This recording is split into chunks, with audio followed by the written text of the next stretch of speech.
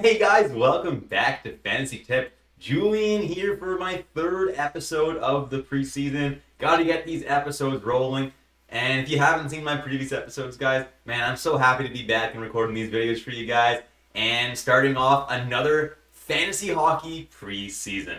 Now, if you're not familiar with my channel over the past few years, usually I make some team videos where I go over a specific team, all their noteworthy players, and whether I think they belong on your team or not, really, and if the current ranking that they are given is appropriate to where they should be drafted. Last year, I decided to go over all the original 6 teams, plus the Stanley Cup winners, the Vegas Golden Knights. This year, I'm going to go over the 7 Canadian teams. We're doing them in alphabetical order, which means Calgary is first. And Calgary isn't the best Canadian team this year, that is for sure, but they may not be the worst, and they still have some noteworthy players that do belong on fantasy teams. If you haven't noticed yet, guys, there is a join button down there below my YouTube button. So if you're subscribed, that's awesome. Thank you so much for your support. Definitely hit that button if you haven't already. But if you are subscribed and you want to take that support to the next level, definitely consider hitting that join button because you'll get access to a draft guide spreadsheet where I have all my rankings as well as early access videos. And I'm going to upload a lot of videos early this preseason, so definitely another worth it perk. And there are so many other perks as well. So definitely consider doing that. I would really appreciate it. Let's jump into the content now. Let's take a look at the Calgary Flames lines. On the top line, it's projected to be Huberdeau, Backlund, and Blake Coleman. Second line, Zary, Sharangovich, and Kuzmenko. On the third line, Pospisil, Kadri, and Coronado. And on the fourth line, Lomberg, Rooney, and Mantha. Nothing too noteworthy there. So let's take a look at some noteworthy players in Calgary. And the ranks that you see on the left of their names is the rank that NHL gives them because they don't quite have ADPs yet at this point on Yahoo. Blake Coleman has a rank of 81 in NHL's list. And I actually do think Blake Coleman has himself another nice season this year. I think rank 81 might be a little bit high for me. So I personally avoid him this high, but I don't think it's an awful draft pick if you do draft him near here. Just someone I'm not super sure about how consistent he can be. MacKenzie Weegar with a rank 105. I think Weegar is way undervalued here. He's a guy who is a peripherals juggernaut, and last year in the second half of the year, he was actually given PP one time for the first time in his career. While he's definitely not scoring 20 goals again like he did last year, I definitely think he gets at least 10 and finishes with the same amount of points. Last year, he finished as the 34th best fantasy player. So if this is where he's going in drafts, he can be an absolute steal. Next, we have Nazem Kadri with a rank of 134. Now, Kadri was a bright spot for the Flames last year, and he netted 75 points. Based on his advanced stats history, he should be able to almost completely replicate that season. There should be no reason that he shouldn't be able to do that. He finished as the 47th best fantasy player, but I'd probably draft him a little bit later than that simply because he's a natural center, a position where there is a lot of top-end options. But Kadri at 134, if that's where he's going, definitely good value. Alright, so there are no other Flames listed on NHL's list, so I just compile a list of the ones who I think have the most value, or at least people might think they have the most value. Rasmus Andersson, last year at 39 points. I'm not high on him this year. He could be a good pick very, very late in the draft when there are no half-decent D-men left, in case they do give Rasmus Andersson the power play one back. But he's not someone I'm targeting, and I've got him around the 200 range this year. Then Jonathan Huberdeau. Last year at 52 points wasn't so bad, but I think he's going to have a bit of a bounce-back campaign this year. 20 goals, 65 points.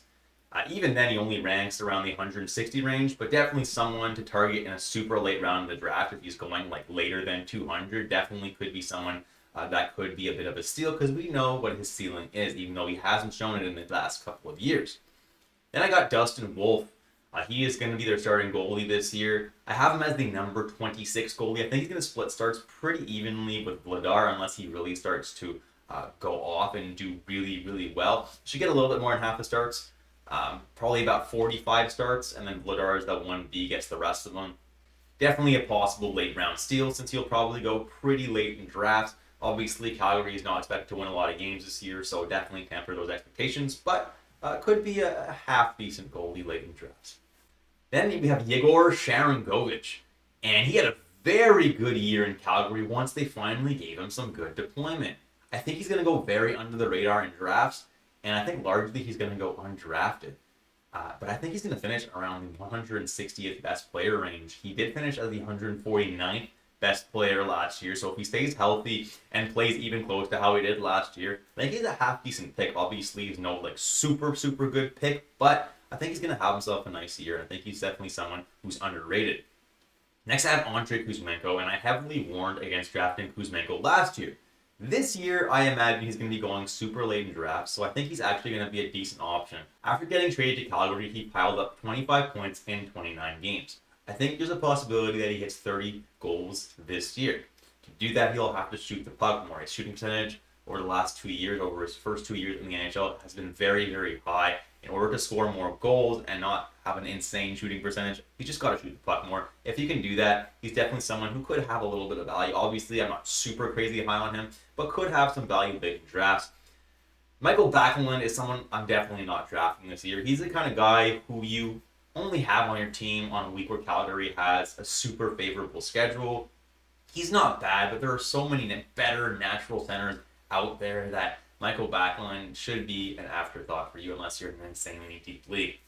Then we have Martin Pospisil, center right wing. He had 238 hits in 63 games. Pretty absurd, which is 3.77 hits per game. That was 7th best in the entire league. So you can definitely be a solid pick late in deep categories leagues. If your team is lacking hits, you've gone through your draft and you're like, oh crap, I need some hits. Martin Pospisil could be a really solid late pick to make sure that you fill that category. Other than that, though, if you're in a bangers league where hits count for a lot, he can be drafted, but he's not someone I'm overly high on outside of leagues with hits. Then we have Connor Zary, and he's definitely got a bright future ahead of him, but he's not someone I'll be targeting in drafts until he proves me otherwise. Obviously, if he starts a season and he starts going off, then he's someone that we might have on an early waiver wire video, but not someone I'm overly high on. And then Anthony Mantha, he had a decent bounce back season last year. Unfortunately, I don't trust him enough to be viable in fantasy this year on an okay Flames team where he might even be playing on the 4th line. Listen, he had a 20.4 shooting percentage last year, and I don't think there's any way he even comes close to replicating that. I'd fade Mantha this year. And that's it for my list, guys. Hopefully you enjoyed this video. I'm going to continue putting out videos like this for all the rest of the Canadian teams. That's the goal this year, and there's going to be a lot of preseason content this year, guys. Every couple of days, at least, there will be a video this year, so I hope you guys appreciate all the content I'm putting out for you guys, and I'll catch you in the next episode of Fantasy Tip.